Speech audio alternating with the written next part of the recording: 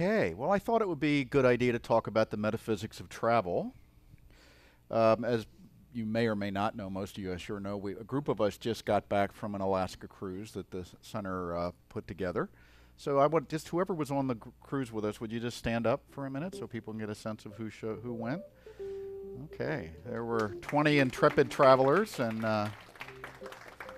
okay, we came back not too sunburned from Alaska. It was actually very sunny.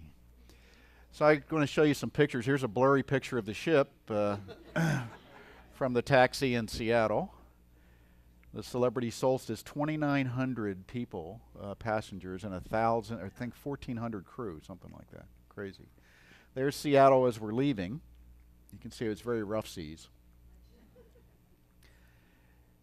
And just some sights from around the ship.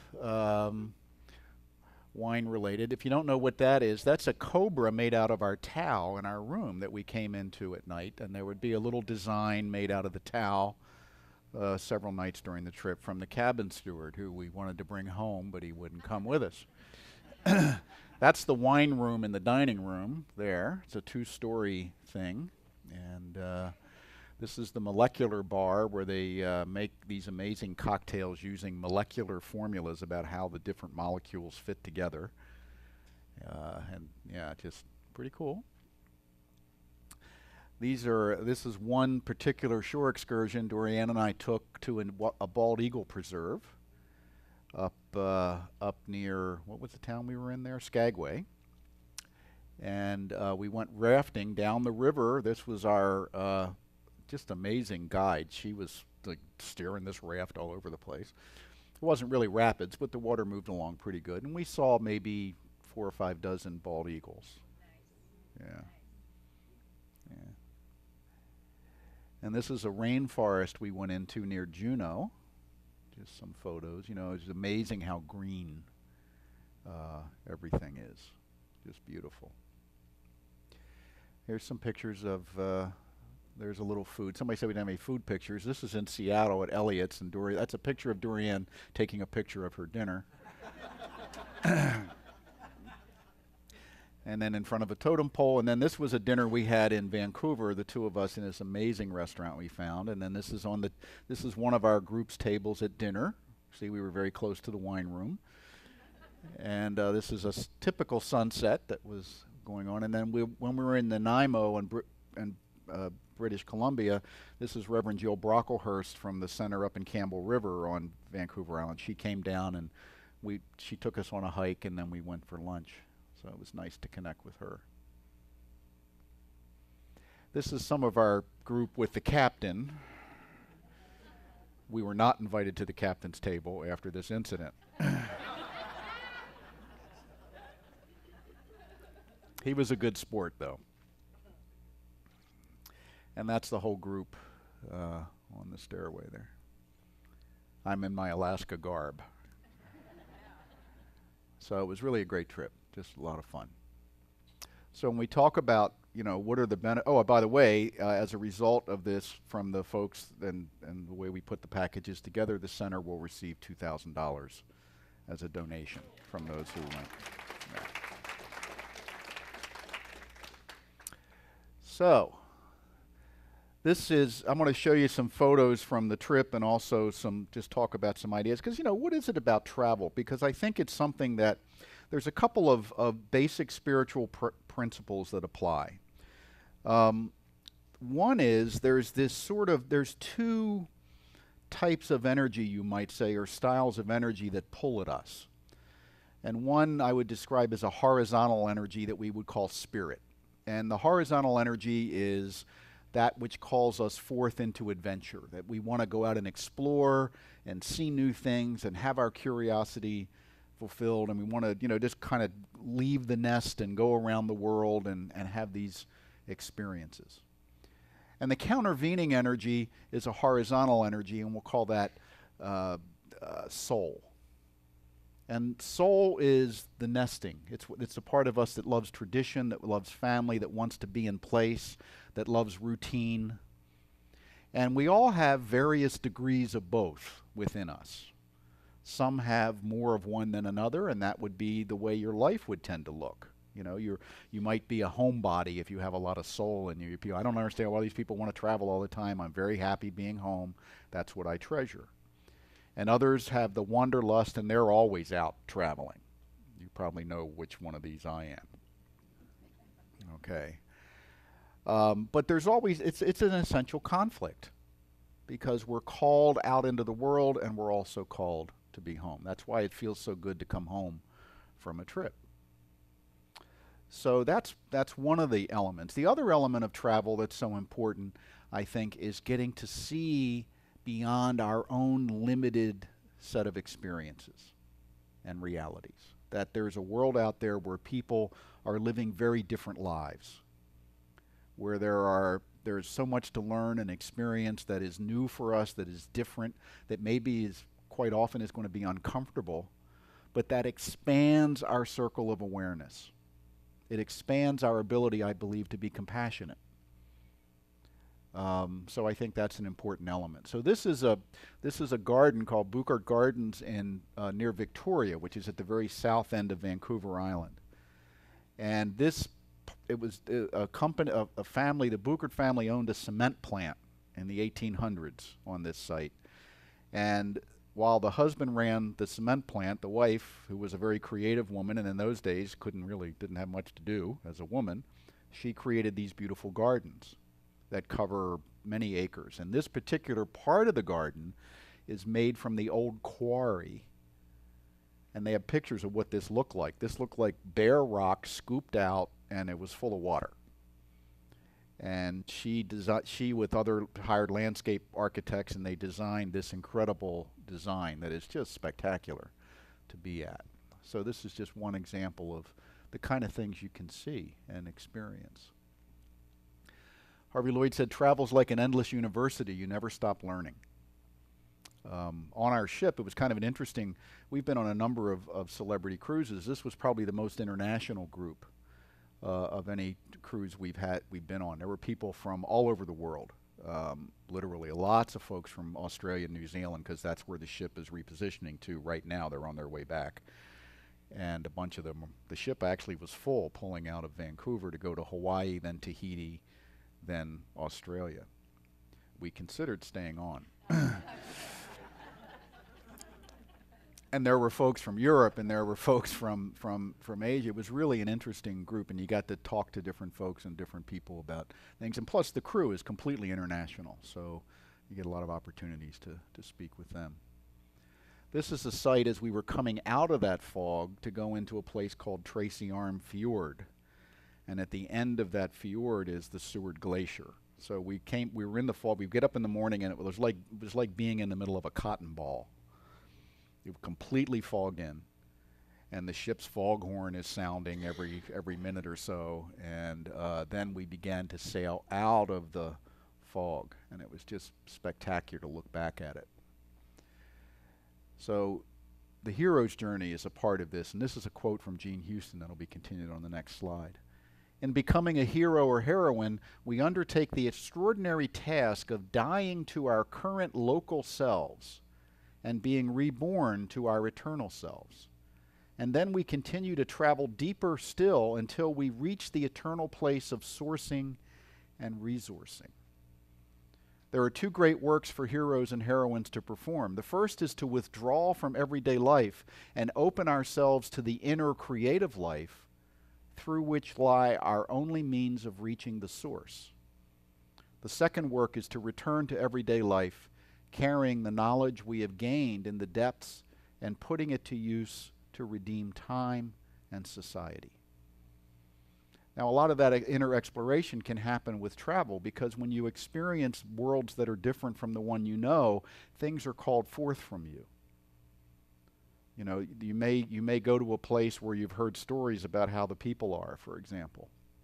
And you don't have to go across the world to do that. You can go into town. And then you all of a sudden are around these folks, and you realize, oh, well, they're not the way I thought they were, or at least some of them aren't. And so you have to examine beliefs. You have to examine some things that you've held dear, perhaps. Okay, and you get to experience things. And the hero's journey, as we've talked about often, is going within and finding what is my true essence, what is my true genius that only I can bring to humanity. And it doesn't have to be anything great, by the way. It's not about, you might say, the scope of the impact you might make. It's about making the right impact. And then can I bring that genius into the world that I left in some way by being more of my authentic self? And that's really a spiritual journey that we all are on, whether we know it or not. Of course, the totem poles are a big part of the local indigenous culture up there. And the totem poles really came about, they believe, in the late 1700s and beyond, that they really weren't being done too much before that. The totem poles, one fellow told us, one of the folks at one of the museums said, there's a belief that the totem poles were built in a response to the European occupation, mainly from Russians back in the 1700s, because it was a way of the native people beginning to reestablish their belief in their own culture, that they didn't need to do so visibly before. But there's no evidence of totem poles back hundreds and hundreds of years ago. So these are two that were on a site, little place called Totem Bight near Ketchikan. And these are modern totem poles, obviously. And they were just all over the place there. It's just a beautiful spot. James Michener said, if you reject the food, ignore the customs, fear the religion, and avoid the people, you might better stay at home. And this, again, is something, there are some people that travel, and when they travel, you know, they go to a foreign land and they stay at the Hilton and they eat at McDonald's, and, you know, because they want to try to stay comfortable, and that's fine, you know. But it is certainly nice to also reach out and see some of the different kinds of experiences you can have to get out of your comfort zone a little bit. Part of travel should be being out of your comfort zone. And I don't just mean losing your bag at the airport. I mean maybe finding yourself in areas that you don't speak the language, or where the food is very strange, or something like that. It can be incredibly rewarding to, even if it tastes terrible, to have some of these experiences, because at least you can say you've tried it, you know. Now, the trip we just went on was a relatively safe experience. I mean, it was a cruise ship, and we were going into places that were set up for cruise ships, and it's not like we parachuted into the bush or anything. So don't get me wrong. But even at that, there was an awful lot of room for new experience. You know, just from being at sea. We had one kind of rocky day on the ship where the seas were 12 to 14 feet. And the irony is the entertainment in the theater that night was a juggler. So, you know, I kind of went just to see how he would deal with that, but it had pretty well calmed down by that point. But it was a little bit of a challenge. He had to, you know, be going back and forth. As the ball went up in the air, it may not come back in the same place. So for some people, that's a new experience, being in uncomfortable seas. Trying to understand what your waiter's saying when he's explaining the highlights of the meal can be a challenge. You know, you have to be willing to listen. You have to be willing to ask questions and to interact. And there's great value in that. This is that Sawyer Glacier. You get a little closer, the ice field in front of it, and then the thicker ice field here, you can't see in this photo, is dotted with harbor seals. There were thousands of harbor seals up on this ice, and they were some of them were having young, and we saw the glacier, it's called calving when pieces of the glacier fall off, and this glacier advances 16 feet a day, and there's about 1,000 feet above the surface and 2,000 feet below the surface. This fjord is 1,200 to 2,000 feet deep. The glacier has retreated 1.5 miles in the last 10 years. They're retreating rapidly because of the warming. As we were sailing in here, there's a naturalist on board named Brett Nixon who was just phenomenal. He sailed with Jacques Cousteau, and he's done stuff for National Geographic and all. And he was reading quotes from John Muir and Joseph Campbell and others as we went down this incredibly beautiful passage.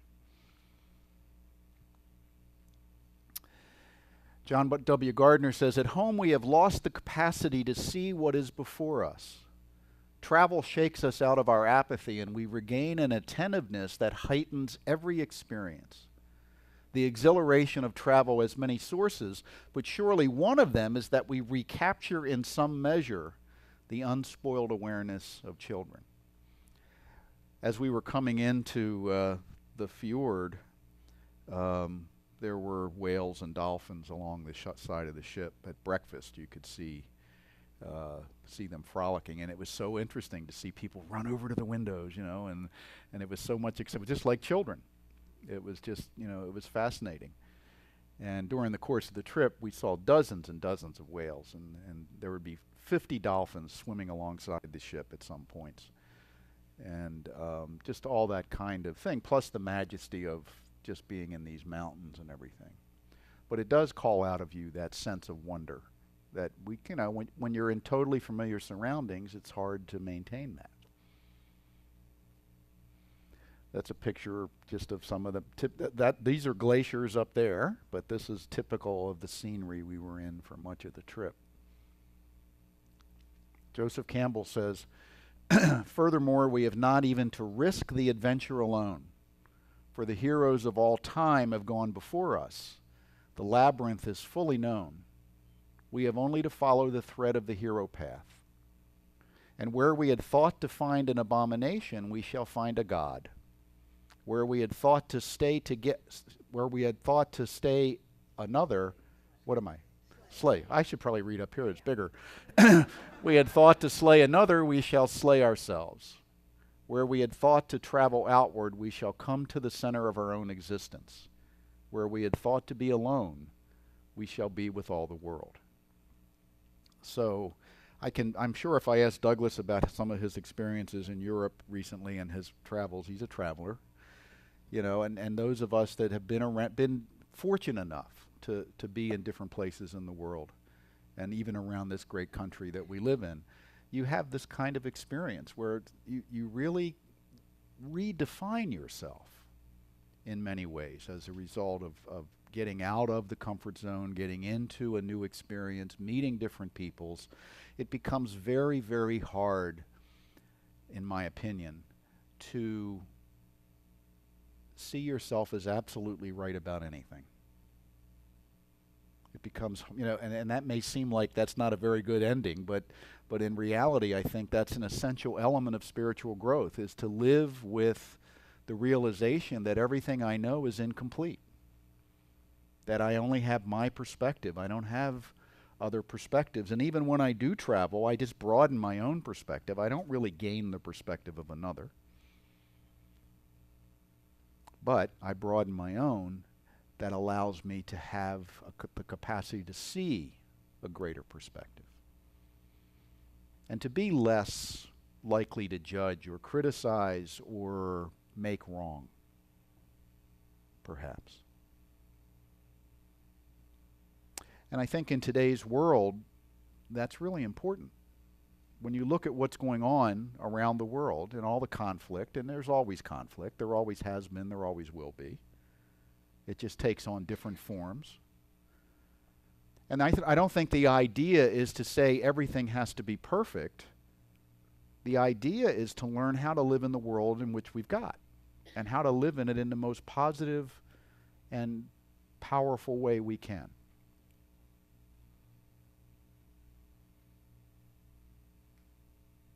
And not to be in fear.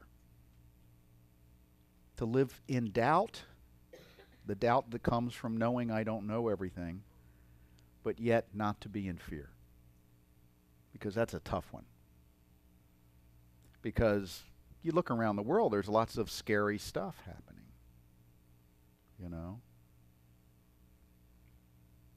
But what am I, I can only be afraid of so much, I find. I have a kind of a limit, But yet, the world will tell you to be afraid of this, be afraid of that, be afraid of everything, and just on Facebook, be afraid of what you eat, be afraid of, your medical system be afraid of your iPhone 6. Be afraid of ISIS because they probably have set up a cell in your next door neighbor's house. The overreaching of fear. And when we buy into it, we lose our capacity to discern. We lose our capacity to be human. So to get out and see the world, or at least a bigger piece of it, if not all of it, because there are parts of the world I have no intention of traveling to, it can be an enriching experience if we're willing to say, let me see what there is to learn here. Let me see what there is new here. Let me see what I might have misunderstood about this place or these people or this person. And let me see if there's something to gain by that experience. And let me do so from a place of self-acceptance, and that I have something to offer these folks as well. That I'm not just there to take. You know, there's a difference between being a traveler and being a tourist. A tourist is basically there to take. Take an experience, take a souvenir, take a whatever. A traveler is there to bring themselves to the experience, and a higher order of that would be a pilgrim. A pilgrim is there to bring something to the new experience, to bring a perspective, or to bring an experience, or to bring a gift, or to bring a prayer. We did spiritual practice on our journey every day. For 2 days we didn't because of the schedule, but we met we had a meeting room, and we did meditation, and we did guided imagery, and it was very, very special. And it was interesting because some of the folks on the cruise would talk to the people they were meeting, and they'd say, "Oh, what's this meditation you're doing?" And there was interest of people in that kind of thing. And we met, Dorianne and I, one of the last nights we had this guy Brent Nixon, who's just phenomenal, really amazing presenter, very, very skilled. We were in the wine bar where we happened to go most nights, and he came in, and he was going to have a glass of wine. So I said to him, "Can we buy you a glass of wine?" And he said, "Sure." So he came over and sat with us, and we had about a half hour with him. And when he asked about who we were, and we shared a little bit about ourselves, about my ministry, about Dorianne's dissertation on music and leadership and so forth, he began to share about some things. He says, you can't be a naturalist and not understand that everything is vibration, that everything is synchronized, that everything is connected. And this is a guy, he went to Alaska as a Green Beret trainer in the 60s or 70s, I think, where they were doing the high mountain stuff and all that, and he stayed as a scientist. And just fell in love with that place and with the whole ecosystem. But he said this is so critical. He said so many people just don't get it. If you want to approach an animal, you have to get to the vibrational level of the animal. Yeah. And you have to understand that those vibrations can be matched, that we're all one. See? And it's like, gee, you didn't mention that during your presentation. I didn't say that, but I thought, and I understand why. But, you don't want to freak people out, because that would freak a lot of people out. He said that, I was telling you, as we were sailing in Tracy Arm 4, which was the most mystical part of the trip, he was reading these amazing quotes from naturalists and scientists and philosophers and so forth. And he said he had gotten a comment card sent to him from celebrity from a previous trip where someone said, "What are you trying to make it religious or something?" They didn't appreciate that. I said, that's one comment card. Don't go by that. And if nobody's upset at you, you're probably not doing a good job. So finding this hero is an interesting thing. We're all on this journey, whether we know it or not, whether we consciously support it or not. We're all on this hero's journey to discover who we are and bring it to the world. And I just think travel can help you do that easier in many ways than staying in place. That it kind of forces your hand a little bit from time to time. of being in a different space and having different customs and having different foods and having different experiences that calls you forth.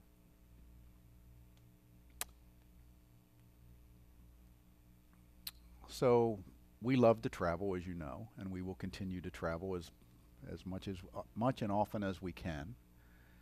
But I think it's not just about, again, being a tourist. It's about really traveling to bring something into to giving and receiving that is so powerful. And I want to thank everyone that went with us, and I know many of you wanted to go and weren't able to financially. There'll be other opportunities. We have a river cruise coming up next year in Europe, and some other stuff will happen as we go forward. But it's or just get in the car and go up to Arrowhead for the weekend or something, you know. Not the weekend, you want to be here on Sunday. I find it's nice to take Friday off, go up Thursday night, come back Saturday night, and you're here for service. You know, that works. That works very well. That would work best for me, if you wouldn't mind. But do travel. And if you can't physically get out of town, read books about travel. Read books about those that have traveled. There's some wonderful, wonderful stuff out there. It's a great world, and it's there for us to appreciate as much as we can. Thank you, and namaste.